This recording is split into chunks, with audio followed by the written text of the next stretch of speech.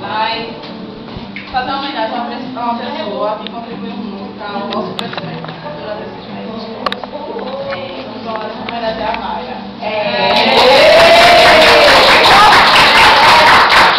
A gente que hoje ela é o assunto da sabatina da gente. Você que nos guiou para além das teorias, das filosofias e das técnicas. Suas lições incluíram compreensão, amizade e, mais do que tudo, você nos deu a consciência do valor da nossa profissão. Mestra, cuja inteligência e cultura tem colocado a serviço do ensino, através do qual temos adquirido os maiores e melhores conhecimentos.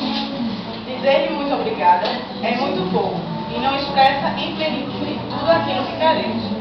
Dedicamos nosso carinho e gratidão por ter sido verdadeiramente nossa mestra. Uma profissão que exige amor, sabedoria e paciência. Hoje estamos descendo para um mundo novo.